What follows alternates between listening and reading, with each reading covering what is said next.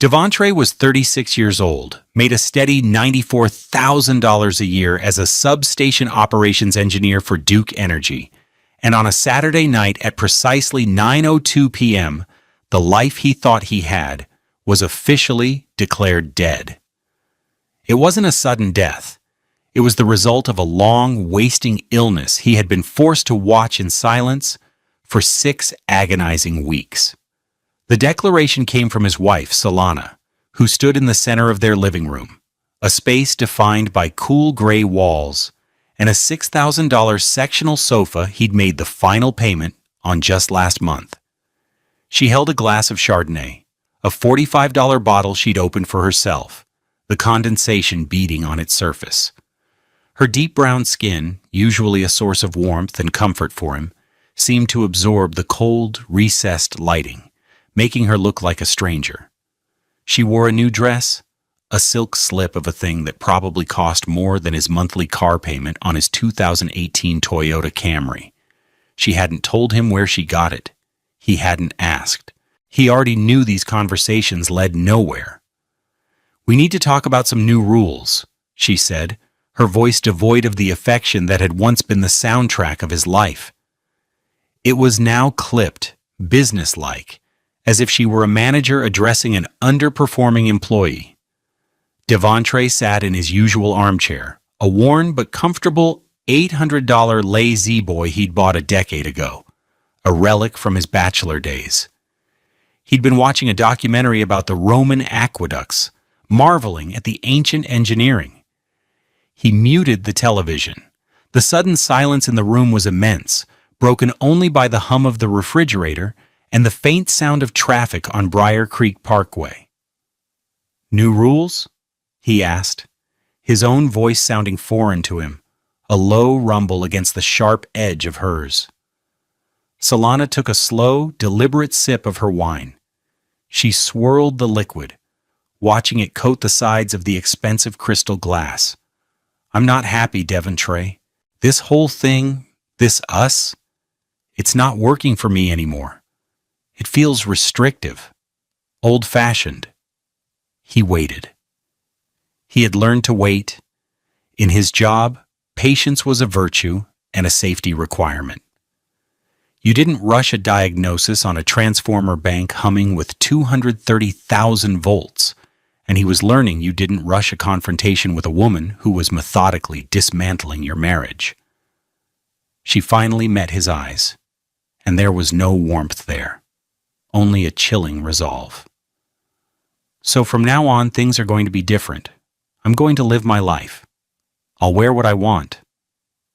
She gestured down at the shimmering dress. "I'll text who I want." Her perfectly manicured fingers tightened around her $1,200 iPhone. "And I'll see whoever I want. Those are the new rules." The words hung in the air, each one a perfectly formed, perfectly cruel little dart. "I'll wear, text, and see whoever I want." It wasn't a discussion. It was a decree. She was declaring herself a free agent while still expecting to enjoy the comforts of the home he paid for, the security his steady job provided. She expected him to sit in his comfortable old chair and just accept it. That was the most insulting part, the sheer, unadulterated arrogance of her assumption. She saw him as a fixture, as reliable and unexciting as the electrical grid he maintained. A utility. Something you only notice when it stops working. He had no idea how right she was. He was about to stop working for her permanently. What Solana didn't know was that this devastating moment was not a surprise. It was a detonation he had been waiting for, a timer he had been watching count down for 42 excruciating days. He felt a strange, cold calm settle over him, the same focus that descended when a feeder line tripped and thousands of homes went dark. The problem was identified. The protocol was clear. It was time to execute the plan. The outrage didn't start with the new rules. It had been accumulating for months, a slow drip poison into the heart of their 8-year marriage. It began subtly, with a change in her spending. Solana had always appreciated nice things, but in the last year, it had escalated into a kind of fever. She'd quit her job as a paralegal 2 years ago, saying the stress was too much. He'd supported it, wanting her to be happy. He thought she might find a hobby, volunteer, maybe even start the small event planning business she'd always talked about. Instead, her days became a carousel of consumption. There was the white BMW 3 Series, a $43,000 car she'd insisted they needed because her old Honda felt unsafe. He'd co-signed the loan, the $715 monthly payment a significant bite out of his budget. Then came the clothes. Not just nice outfits for a special occasion, but a constant stream of packages from Net-a-Porter and Saks. A $2,400 Burberry trench coat for a Raleigh spring. A pair of $900 Jimmy Choo heels for a charity gala she decided not to attend at the last minute. He'd tried to talk to her about it one Tuesday evening in April, about 4 months before her grand declaration. He'd spread the credit card statements out on their $3,000 acacia wood dining table. The numbers were stark. "Solana, we spent over $5,000 on clothes and restaurants last month," he said, keeping his voice even. "We can't sustain this." She barely glanced up from her phone, her thumbs swiping through Instagram. "Don't be so dramatic, Devontre. It's just money. You make good money." "I make good money for an engineer, not for a celebrity," he countered gently. This is a lot. That $1,200 brunch at the Umstead you went to with your friends last Sunday? That's more than my monthly food budget for the both of us." She finally looked at him. Her eyes narrowed. "My friends' husbands don't nickel and dime them. Marcus just bought Tiffany a new Range Rover, just because." "I'm not Marcus. We're not them," he said, feeling the familiar frustration build. "This isn't about nickels and dimes. This is about our future. We're supposed to be saving." "Saving for what?" she scoffed, a sound that was becoming increasingly familiar. "A boring retirement in some dusty suburb. I want to live now, Devontre. I'm not going to apologize for having taste." She stood up, grabbing her $2,800 Celine handbag from the back of a chair. "I'm going out. The sound of all this paperwork is giving me a headache." That was the first time he felt a true chill. It wasn't just carelessness. It was contempt. Contempt for his work, for his prudence, for the very foundation that gave her the freedom to be so reckless. He was the power grid, and she was just flipping switches, assuming the lights would always stay on. The cruelty became more personal. He'd come home from a grueling 12-hour shift at the Briar Creek substation, covered in sweat and the metallic tang of ozone, his hands stained with grease. He'd find her on the couch, pristine, scrolling through her phone. "Ugh, can you please shower before you sit down?" she'd say, wrinkling her nose without looking at him. "You smell like a factory." He used to laugh it off. He'd make a joke about being a blue-collar man for his white-collar wife. But the joke wore thin, and then it wasn't a joke at all. It was just an insult. The hands that she found so disgusting were the same hands that had fixed the leaky faucet under the sink, assembled every piece of IKEA furniture in their guest room, and worked countless overtime hours to pay for the very couch she was lounging on. One evening in May, he came home excited. "I got the promotion," he announced, holding a letter from his supervisor. "Lead operations engineer. It's another $8,000 a year." Solana glanced at the letter. "Only 8? For all those extra hours you work?" She shrugged. "Well, I guess it's something. That new Louis Vuitton I saw is 7. She wasn't joking. She turned back to the TV, where a reality show about wealthy housewives was playing. The message was clear. His achievement was measured only by its capacity to fund her next acquisition. It wasn't a shared victory. It was just a slight increase in her allowance.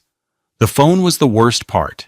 It was a constant companion, a third person in their marriage. It was always in her hand, angled away from him. It would buzz at all hours, and she would snatch it up with a secretive smile. If he walked into the room while she was texting, she would quickly lock the screen and place it face down. "Who are you always talking to?" he asked one night, the question slipping out before he could stop it. "Just my friends," she'd say, her tone defensive. "God, can't I have a private conversation?" The facade of their happy life was cracking under the strain. They had a beautiful home in a desirable Raleigh neighborhood, filled with expensive things. To an outsider, they were the picture of success. A handsome, hard-working black man and his beautiful, stylish wife. But inside those walls, the air was thick with resentment and secrets. He remembered the early days, when they lived in a tiny apartment near NC State. They didn't have much, just his junior engineer's salary and her paralegal income.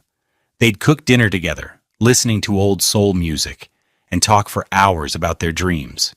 He'd had a 1999 Honda Accord with 200,000 miles on it, and she'd had a beat-up Nissan Sentra. They dreamed of owning a home, of building a life. Now they had the home. A $550,000 new construction with more space than they needed. But they were further apart than ever. He would sit in his chair, and she would sit on her sofa, the 10 feet of expensive rug between them feeling like a canyon.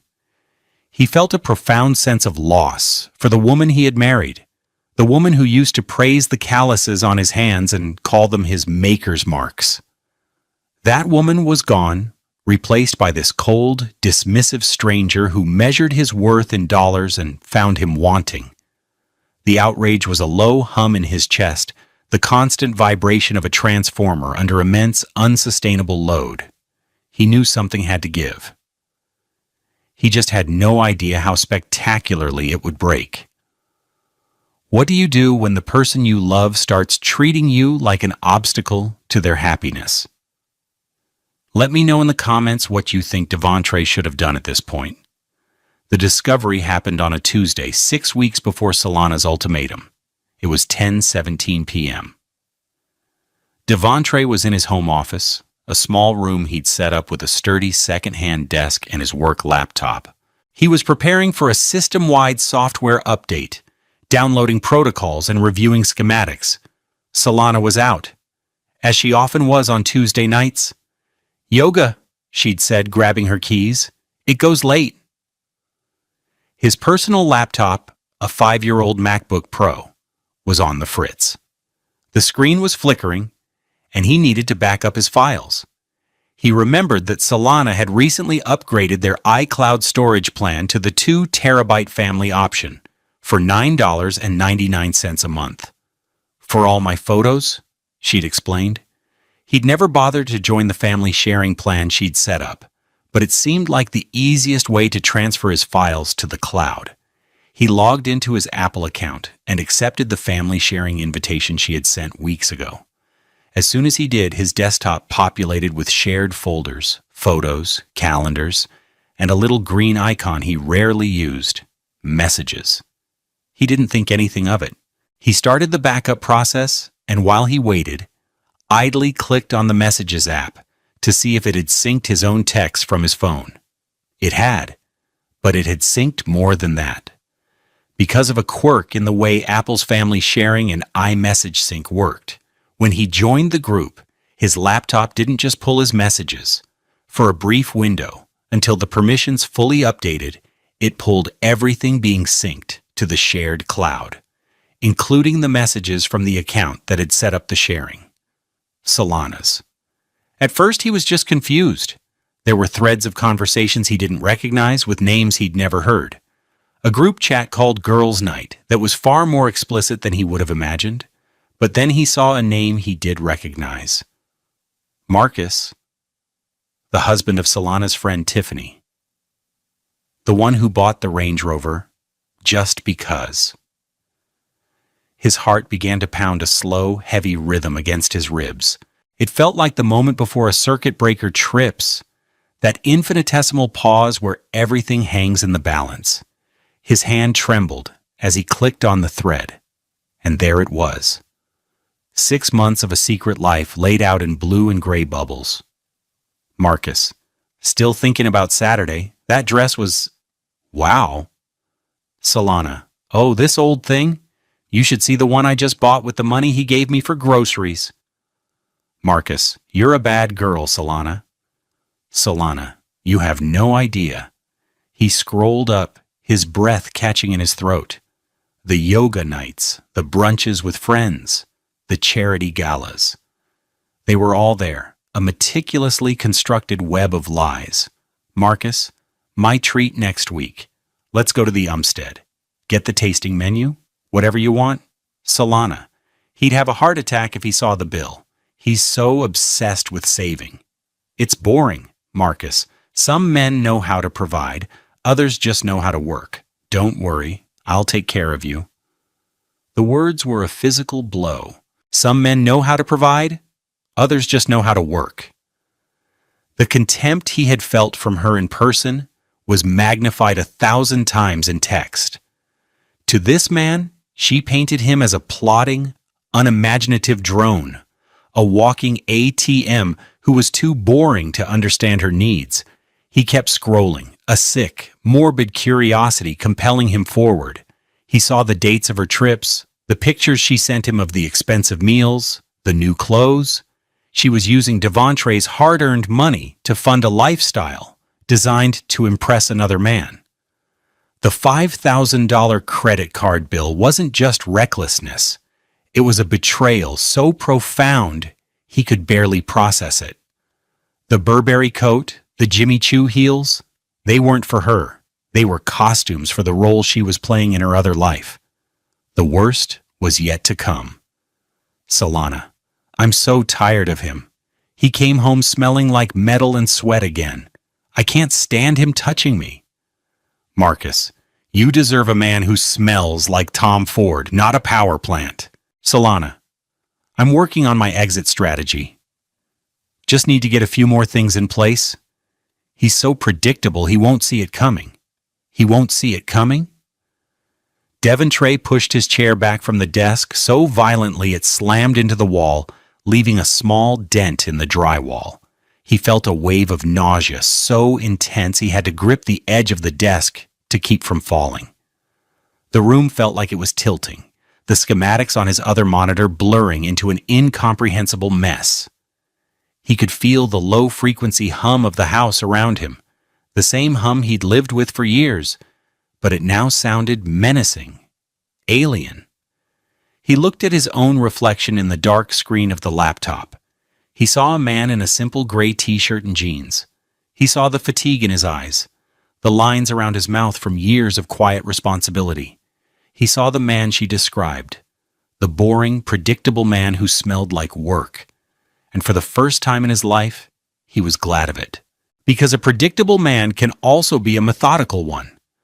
A man who understands systems, who knows that every action has a reaction, and who can plan for a catastrophic failure. Her mistake wasn't the affair. Her mistake wasn't the lies or the theft. Her mistake was thinking he was stupid. Her mistake was underestimating the quiet, methodical man who kept the lights on. In that moment, standing in his small office at 10:47 p.m., the love he had for Solana didn't just die. It evaporated. It was replaced by something cold, hard, and clear as glass. It was the feeling of a problem being identified, a threat to the system. And just like at work, he knew exactly what to do. Isolate the fault, protect the assets, and then cut the power. He took a screenshot of every single conversation, then another and another. He saved them to a new, encrypted folder on an external hard drive. The backup had finished. He now had a backup of his own. The 6 weeks that followed were the longest and most difficult of Devantre's life. He had to move through his own home like a ghost, a spy in the life that was supposed to be his. Every day was a performance. Every conversation was a test of his resolve. This was the playing dumb phase, and it required an actor's skill and a sapper's nerve. The first morning after the discovery was the hardest. He woke up at his usual 5:30 a.m. The sky outside was a dark, pre-dawn purple.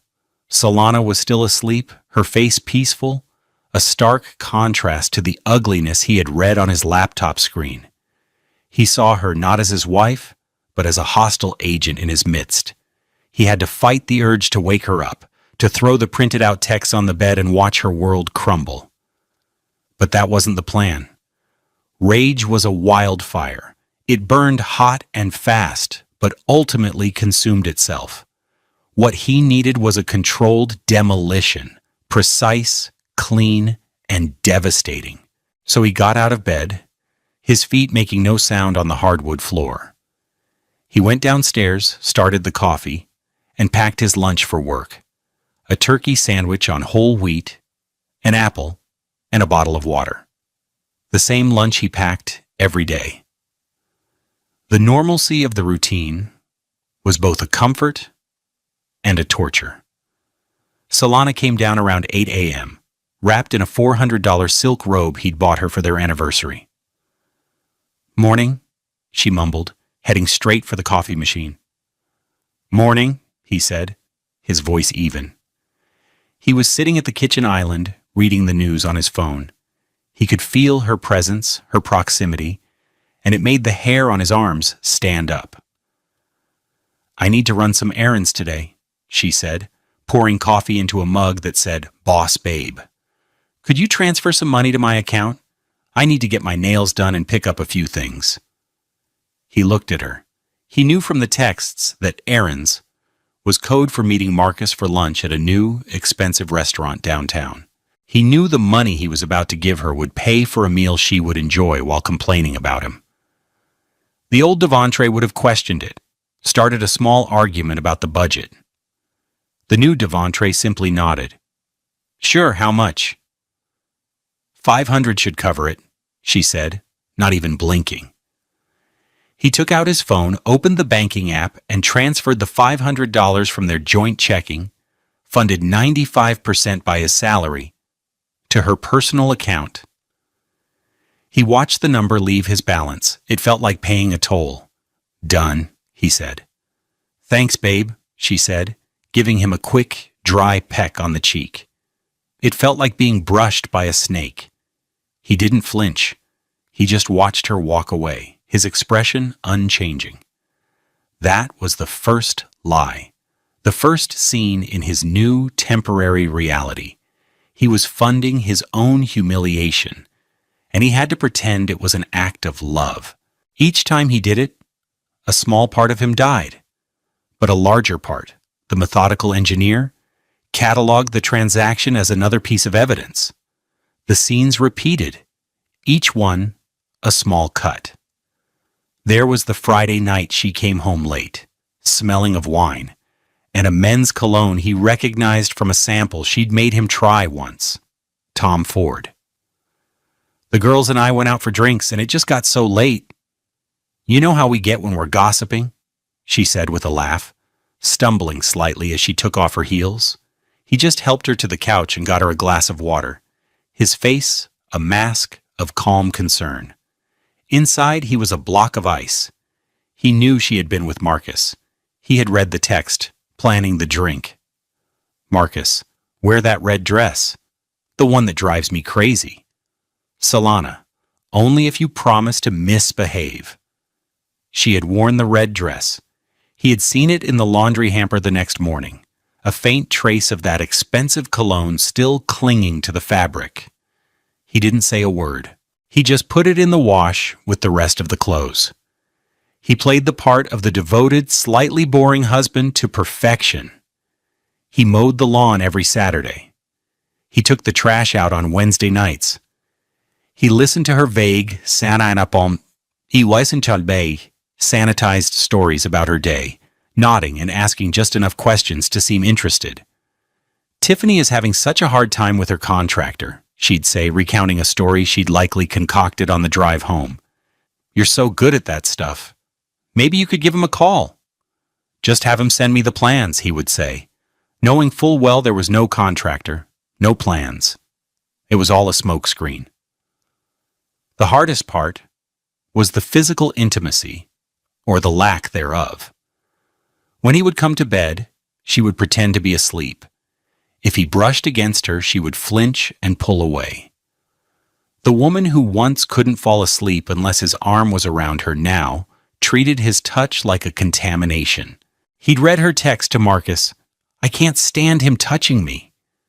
So he stopped trying. He would lie perfectly still on his side of their $4,000 king-sized bed, a chasm of cool sheets between them, and listen to her breathe. He would stare into the darkness and plan. He became a creature of the night. After she was asleep, he would slip out of bed and go to his office. The small room became his command center. The door was always locked. He'd spend hours poring over their finances, printing bank statements, credit card bills, and the loan agreement for her BMW. He highlighted every extravagant purchase, every large cash withdrawal, every restaurant bill that didn't make sense. He created a timeline, cross-referencing the financial data with the dates and times on the text messages he had saved. The evidence was overwhelming. A mountain of deceit built one transaction at a time. The $500 for nails was on a statement next to a restaurant charge for $487.50 at Second Empire. It was a clear, damning picture, and he was the only one looking at it. The loneliness of that knowledge was a heavy weight, but his resolve was heavier. He was no longer just a husband. He was an auditor of his own life, and the books were a mess. While Solana was living her new life on his dime, Devontre began quietly building his own. His strategic planning phase was conducted with the same precision and foresight he used to manage the electrical grid for half of Wake County. It was a covert operation, executed in the margins of his life in the hours when she thought he was either working or sleeping. His first move was a phone call. The day after his discovery, during his lunch break, he sat in his Camry in the parking lot of the substation and searched for the best family law attorneys in Raleigh. He disregarded the flashy ones with television ads and focused on the ones with quiet, formidable reputations. He found a man named Arthur Vance, a partner at a well-respected downtown firm. Vance's bio said he specialized in complex asset division and had a reputation for being thorough and unshakable.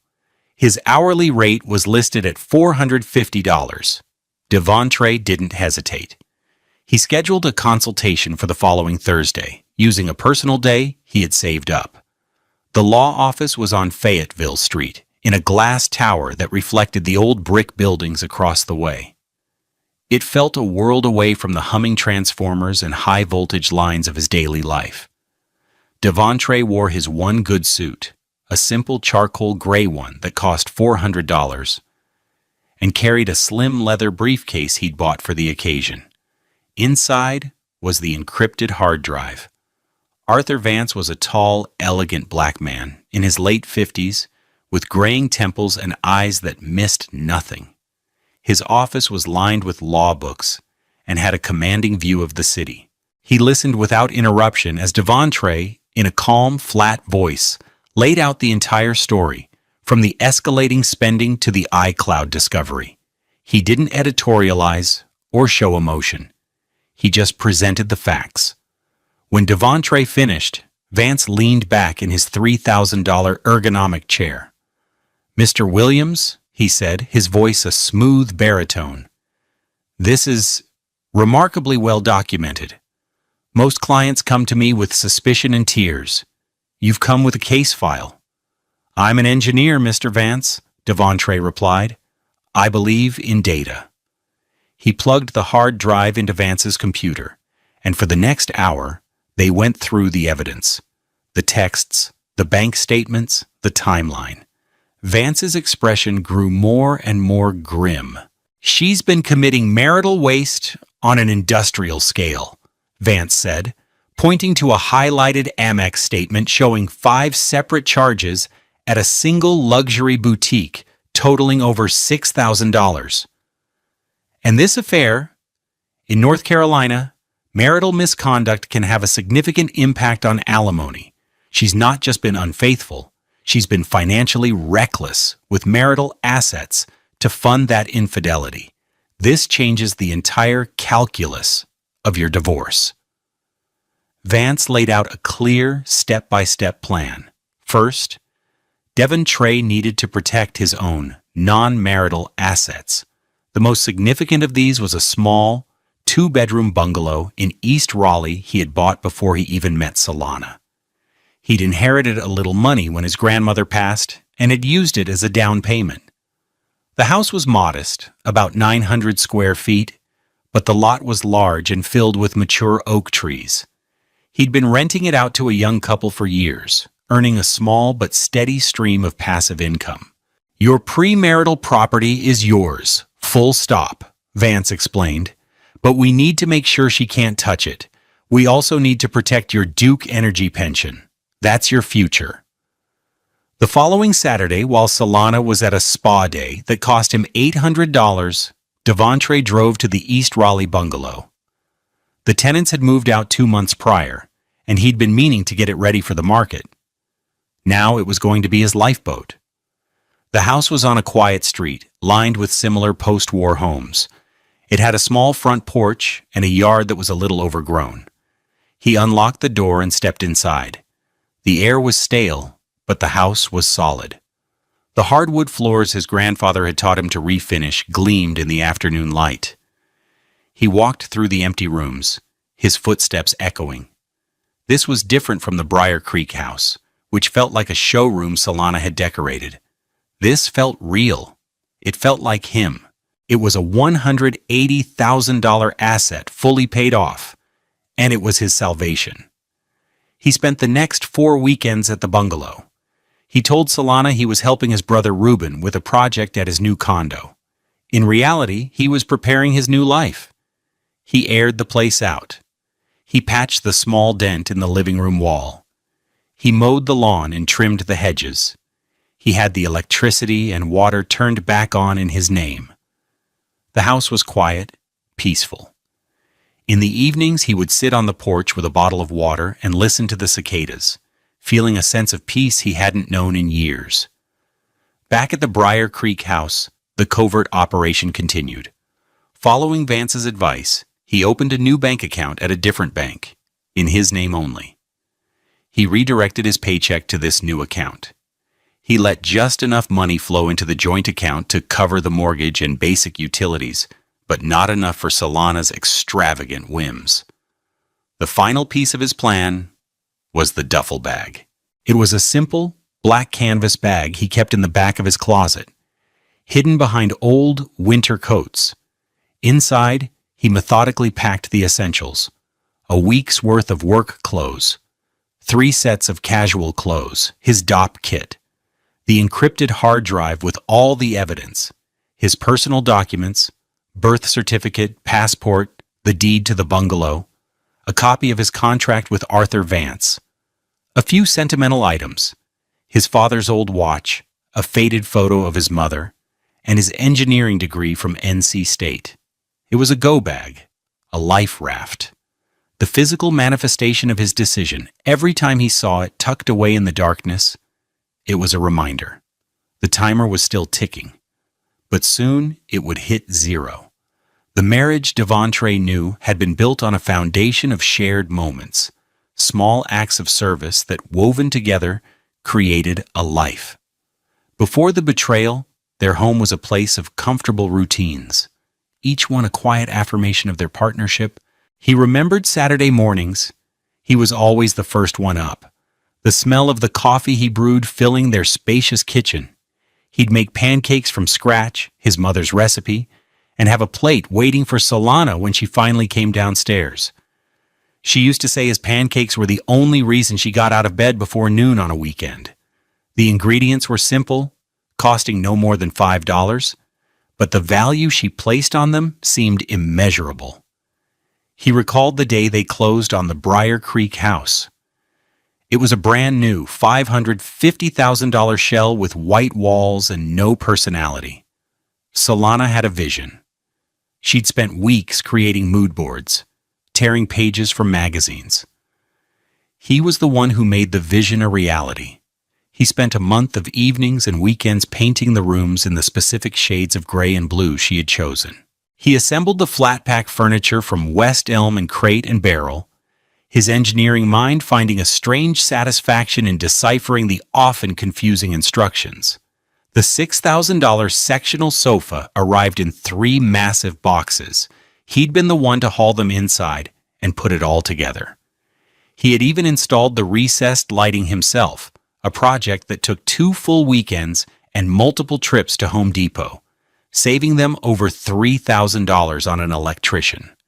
At the time, he saw it as building their nest, a tangible expression of his love. He was providing just in a different way than Marcus, with his casual Range Rovers. He was providing with his time, his skill, his sweat. And Solana had seemed to appreciate it. "Oh, Devontre, it's perfect," she'd exclaimed when he finally finished installing the dimmers in the living room. "You can fix anything." She had kissed him then, a real kiss, full of gratitude and affection. His hands were covered in drywall dust, and he probably smelled like sawdust. But she didn't seem to mind. She'd held his hands and traced the calluses with her thumb. "My strong man," she had whispered. Where had that woman gone? He thought about it as he sat in his Lazy Boy, the documentary now forgotten, listening to her lay down her new rules. He looked around the room he had largely built and paid for. The paint on the walls, the sofa she was perched on, the very light she was standing under, it was all a product of his labor. And she was using it as a stage to announce his obsolescence. There were other scenes, too, from the time before the contempt. He remembered a time when she was proud of his job. He'd taken her to a family day at the substation. He had explained to her in simple terms the complex process of stepping down voltage from the transmission lines to the distribution network. He showed her the massive transformers, the intricate web of switches and breakers. Most people's eyes would have glazed over. But she had listened intently. She asked smart questions. "So this one machine," she had said, pointing at a giant capacitor bank, "is basically making sure thousands of people can turn on their coffee makers at the same time without everything exploding?" He'd laughed. "Basically, yes. It's all about managing the load." "My husband," she had said to one of his colleagues later, her arm linked through his. "He manages the load. He keeps the lights on for everyone." The pride in her voice was unmistakable. It had made him feel 10 feet tall. Now she made him feel small for doing the exact same work. The smell of ozone she once found intriguing was now the stench of a factory. This contrast was the cruelest cut of all. The betrayal wasn't just about the affair or the money. It was the complete rewriting of their shared history. It was her taking all the good things, all the moments of connection and partnership, and twisting them into something ugly and transactional. She was erasing the man who made pancakes and installed light fixtures, replacing him with a caricature of a boring, clueless provider, a utility, a means to an end. The dollar tag details of their life together flashed through his mind. The $3,000 dining table where he'd tried to have a serious conversation about their finances. The $1,200 iPhone she used to coordinate her secret life. The $43,000 car he was paying for that she used to drive to another man's arms. Each object was a monument to his misplaced trust. Each price tag was a measure of his foolishness. He had been a good husband. He worked hard. He was faithful. He was kind. He had given her everything he had, including the power to destroy him. And she was using it without a second thought. The facade of domestic normalcy had been so convincing, so detailed, that he had mistaken it for the real thing. But it was just a stage set, and now the play was over. The strike began not with a bang, but with a profound silence. Solana finished her declaration. "I'll wear, text, and see whoever I want. Those are the new rules," and stood there, a smug, challenging look on her face. She expected an argument. She expected yelling, pleading, a dramatic scene. She had her script ready, full of lines about her needs, her suffocation, her right to be happy. She was braced for a fight she was certain she would win. Devontre gave her nothing. He didn't raise his voice. He didn't ask questions. He didn't beg for an explanation. He simply looked at her, his face a calm, unreadable mask. The silence stretched, 1 second, 5, 10. It was no longer the comfortable silence of a shared space, but the dead, empty silence of a vacuum. He could see the confusion starting to flicker in her eyes. This wasn't going according to her plan. "Well?" she finally snapped, her bravado faltering. "Aren't you going to say anything?" Devontre took a slow breath. He thought of the bungalow in East Raleigh, waiting for him.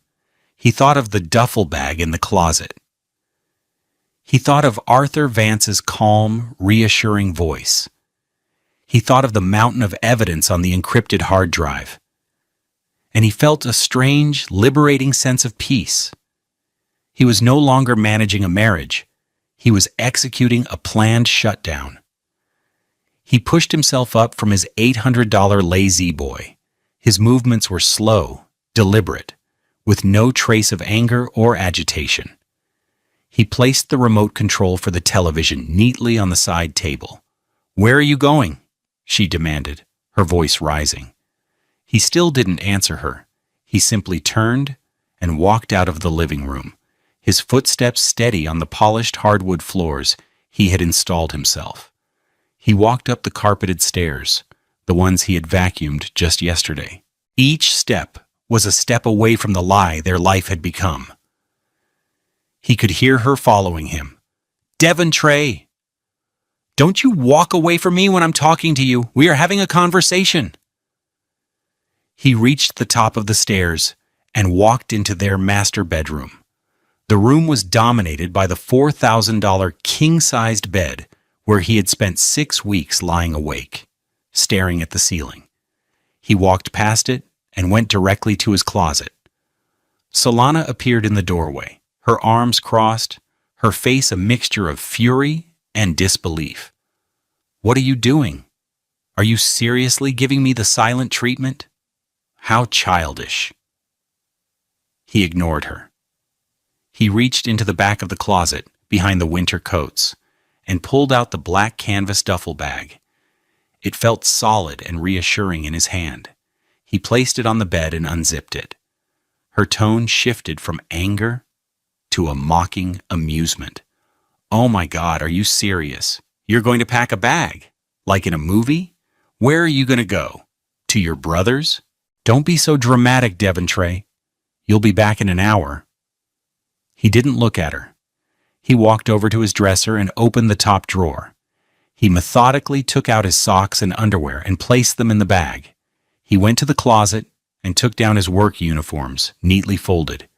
He added his DOP kit from the master bathroom, making sure to grab his toothbrush and his $15 bottle of Cetaphil face wash. The banality of the items was a stark contrast to the drama Solana was trying to create. This wasn't a dramatic gesture. This was logistics. I said, "I'll wear, text, and see whoever I want," she said, her voice getting louder, trying to regain control of the scene. "That doesn't mean we're over. It just means we're updating the terms of our arrangement." Our arrangement?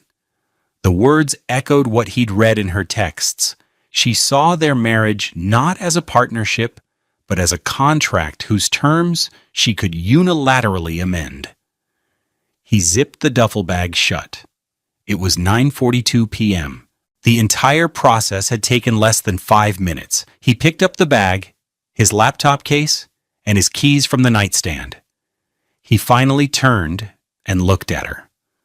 For the first time since he'd stood up, he met her eyes. "You're not really leaving," she said. But for the first time, a note of uncertainty, of real fear, crept into her voice. She was finally realizing this wasn't part of her script. He wasn't playing his assigned role. He walked toward the bedroom door. She stood in the way, blocking his path. "Devontre, this is ridiculous. Stop it." He didn't try to push past her. He just stood there, holding the bag, waiting. The still, duffel-on-shoulder composure was his only response. He was a mountain. He was an immovable object. He was the calm center of the storm she had created. Finally, realizing he would not engage, she stepped aside, a look of pure shock on her face. He walked past her without a word, down the stairs and toward the front door. "You can't just leave!" she shrieked from the top of the stairs. "The mortgage is due! My car payment! You can't just walk out on your responsibilities!"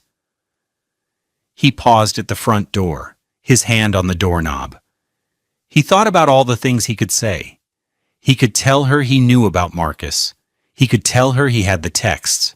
He could tell her she was a liar and a thief. He could list every dollar she had wasted, every cruel word she had uttered. But he didn't. Silence was a far more powerful weapon. His actions were his statement. He opened the door, stepped out into the cool night air, and closed it gently behind him. The click of the lock was the most satisfying sound he had ever heard.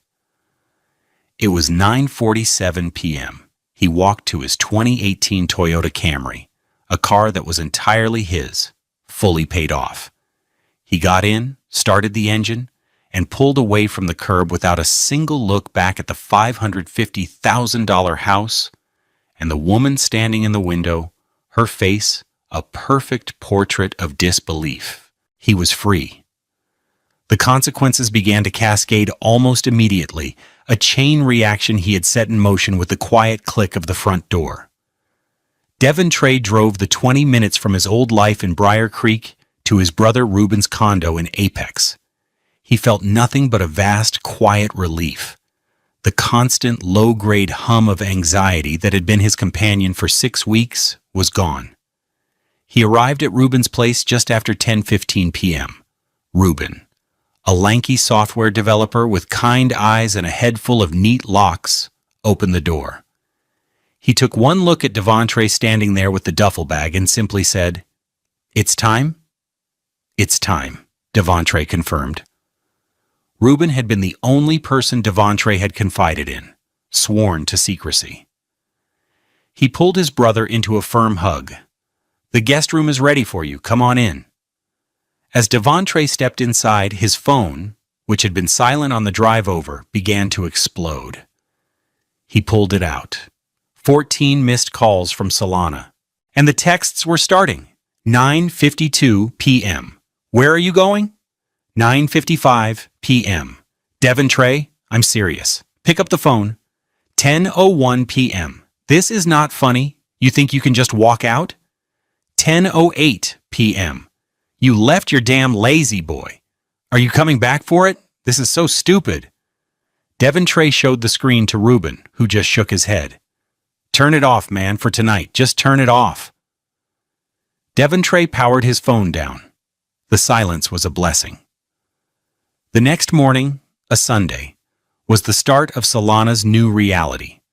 The first domino fell at 11:30 a.m. She was, according to the text she sent to his now-off phone, on her way to brunch with the girls. She tried to pay for a full tank of premium gas for her white BMW 3 Series at a BP station. The joint credit card, the one with the $20,000 limit, was declined. She tried it again. Declined. She tried the joint debit card. Declined. Insufficient funds. This was a direct result of a call Devontre had made to the bank's 24-hour fraud line at 6 a.m. that morning from Ruben's couch. "I believe my card has been compromised," he had told the agent. which was, in a way, entirely true. He reported the cards lost and requested new ones be sent to a P.O. box he had set up. He had already transferred the majority of the funds from the joint account to his new personal account the day before, leaving just enough to prevent an overdraft from the mortgage payment that was scheduled to auto-draft the next day. Her frantic voicemails started coming to the Google Voice number he had set up for this purpose, a number routed directly to an email address that Arthur Vance's office also had access to. Voicemail 1, 11:38 a.m. Devontre, call me right now. The cards aren't working. I'm stuck at a gas station and it's humiliating. What did you do? Tone: angry, confused. Voicemail 2, 1:15 p.m. Okay, I'm home. I had to have Tiffany pay for my gas. Do you know how embarrassing that is? I don't know what kind of game you're playing, but you need to fix this. The mortgage is due tomorrow. Tone: demanding, justifying. The next domino fell on Monday morning at 9:05 a.m. An email arrived in Solana's inbox. It was from Arthur Vance. The subject line was stark: Devontre Williams versus Solana Williams. Notice of legal action. The attached PDF was a formal notice of separation and the initial divorce filing. It also contained a motion to freeze all marital assets pending discovery and a temporary restraining order preventing her from liquidating any accounts or property. It explicitly mentioned marital misconduct and significant marital waste as grounds. Voicemail 3, 9:12 a.m. Sound of ragged breathing, then a choked sob. A lawyer? You got a lawyer? Marital waste? What the hell is that? You can't do this, Devontre. You can't. Tone: horror, dawning realization. On Wednesday, the third domino fell. A tow truck, dispatched by the financing arm of BMW, arrived at the Briar Creek house. The $43,000 car was co-signed, but Devontre was the primary name on the loan. As part of his plan, he had stopped the automatic payment. The car was being voluntarily repossessed, as per an arrangement he'd made. Solana was recorded on a neighbor's Ring camera, screaming at the tow truck driver as he hooked up her prized possession. Voicemail 4, 2:45 p.m., screaming, hysterical. They're taking my car. They're taking my goddamn car. You did this. You are trying to ruin my life. I will sue you for everything you have. Tone: pure rage. The consequences kept coming, each one a direct result of her own actions, now being reflected back at her. Her phone was on the family plan, in his name. Service was disconnected on Friday. The utilities, also in his name, were scheduled for disconnection at the end of the month. The subscriptions she lived on, Netflix, Spotify, her $150 a month FabFitFun box, were all canceled. The biggest blow came 2 weeks later. She had assumed she would be entitled to half of everything. What she didn't know, and what Arthur Vance laid out in a brutal legal letter, was that North Carolina law is not so simple. With the evidence of her affair and the meticulously documented financial waste, over $70,000 in non-essential personal spending in the last year alone, her claim to alimony was nullified. Furthermore, Devontre would be seeking to have that $70,000 deducted from her share of the marital home's equity. She lost the car. She lost her access to his money. She lost her social standing. As the news of the messy divorce, fueled by her own dramatic public displays, spread through her circle of friends, Tiffany and the others, whose husbands just provided, slowly distanced themselves from the woman who was suddenly without a provider. Marcus, the man who smelled of Tom Ford, stopped answering her calls the moment he heard the word lawyer. His own marriage and assets were at risk. He was a predator, not a savior. Solana's downfall was not a single event, but an unraveling. It was the slow, methodical disconnection of every utility she had taken for granted, both literal and metaphorical. Devontre had not acted out of revenge. He had simply acted. He had removed himself from the equation, and the entire unstable structure she had built around him collapsed. He had just kept the lights on, and when he walked away, she was finally left in the dark. Have you ever had to make a tough decision to protect your own peace? Share your story in the comments below. We can all learn from each other's strength. A year later, the world was a different place. The late afternoon sun of a North Carolina autumn streamed through the windows of the small bungalow in East Raleigh. It was no longer a lifeboat, it was home. The scent of lemon polish and old wood hung in the air. The overgrown yard was now a tidy garden, with rows of collard greens and tomatoes growing strong in the dark soil. Devontre had found a new rhythm, a quiet, steady beat that resonated with the man he was. Not the man he had been pretending to be. He kept the house. The divorce had been finalized 6 months ago. Arthur Vance had been as good as his word. The evidence was irrefutable.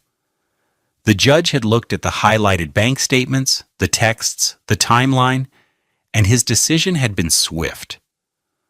Solana's claims of alimony were dismissed. The marital waste was calculated, and her share of the equity from the sale of the Briar Creek house was reduced by nearly $80,000. She walked away with a check that was a fraction of what she expected, enough for a security deposit on a small apartment and not much else. The house itself sold in 2 weeks in the hot Raleigh market. Devontre never saw the inside of it again. He kept his pension, a fortress around his future. His Duke Energy pension was secure, untouched. It represented decades of steady work, of showing up, of managing the load. It was his, and it would remain his. His life was simpler now, and infinitely richer. He sold his reliable Camry and bought a used Ford F-150, a 2019 model with 50,000 miles on it, for $28,000 in cash from his share of the house sale. He needed it for hauling mulch and lumber for his garden and the endless small projects around the bungalow. He found joy in the work of his own 2 hands, the same hands Solana had found so distasteful. He rebuilt the small back deck, refinished the floors in the guest room, and painted the exterior a handsome, calming shade of slate blue. At work, he thrived. Freed from the constant stress and financial drain of his marriage, he poured his energy into his job. He took the lead on a major grid modernization project, earning the respect of his colleagues and a significant bonus, which he invested wisely. But the real fulfillment came from mentoring the new apprentices, young men and women just starting out. He saw himself in their eagerness, in their hunger to learn. He would take them out into the field and explain not just the how, but the why of their work.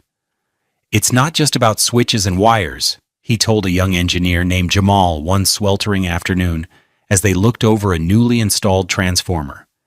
It's about responsibility. It's about community. People are counting on us to be steady, to be reliable.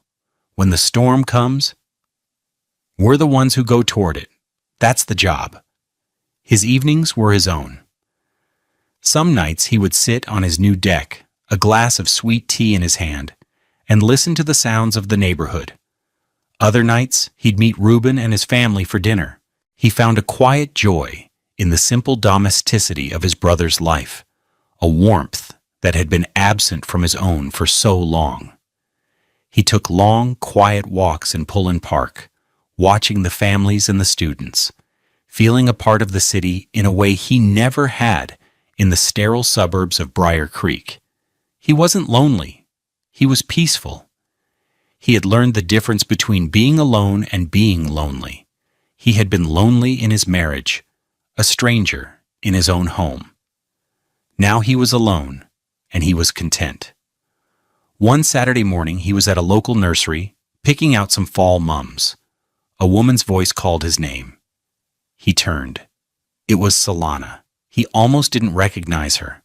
The expensive clothes were gone. replaced by simple jeans and a t-shirt.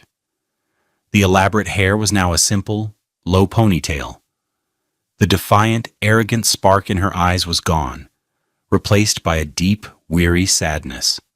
"Devontre," she said, her voice quiet. "Hi." "Solana," he replied, his tone polite, neutral. "Your garden looks nice," she said, gesturing vaguely in the direction of his neighborhood. I live a few blocks from here now, in the apartments on Pool Road." "I see," he said. An awkward silence fell between them. I wanted to say, "I'm sorry," she finally choked out, the words seeming to cause her physical pain. "For everything. I was a fool. I didn't know what I had." He looked at her, the woman who had caused him so much pain, and he felt nothing. Not anger, not pity, not love, just a quiet finality. The circuit was broken. The power was off. There was nothing left to connect them. "I wish you well, Solana," he said, and it was the truth. He picked up his flat of mums, which cost $24.99, and walked toward the checkout counter, not looking back. Her apology was for her, not for him. His peace had already been found in the soil of his garden, in the hum of a well-maintained substation, in the quiet, steady rhythm of a life he had built for himself. True wealth isn't measured by the price of your car or the label on your dress. It's not about what you have, but about what you can't lose in a fire. It's integrity, it's purpose, it's peace of mind. Devontre had been a rich man all along. It just took losing everything he thought he wanted to realize it. What does it mean to be truly wealthy? Let us know your thoughts in the comments. Thank you for joining us on Love Beyond Pride, where we believe that the greatest love story is the one you write with your own life.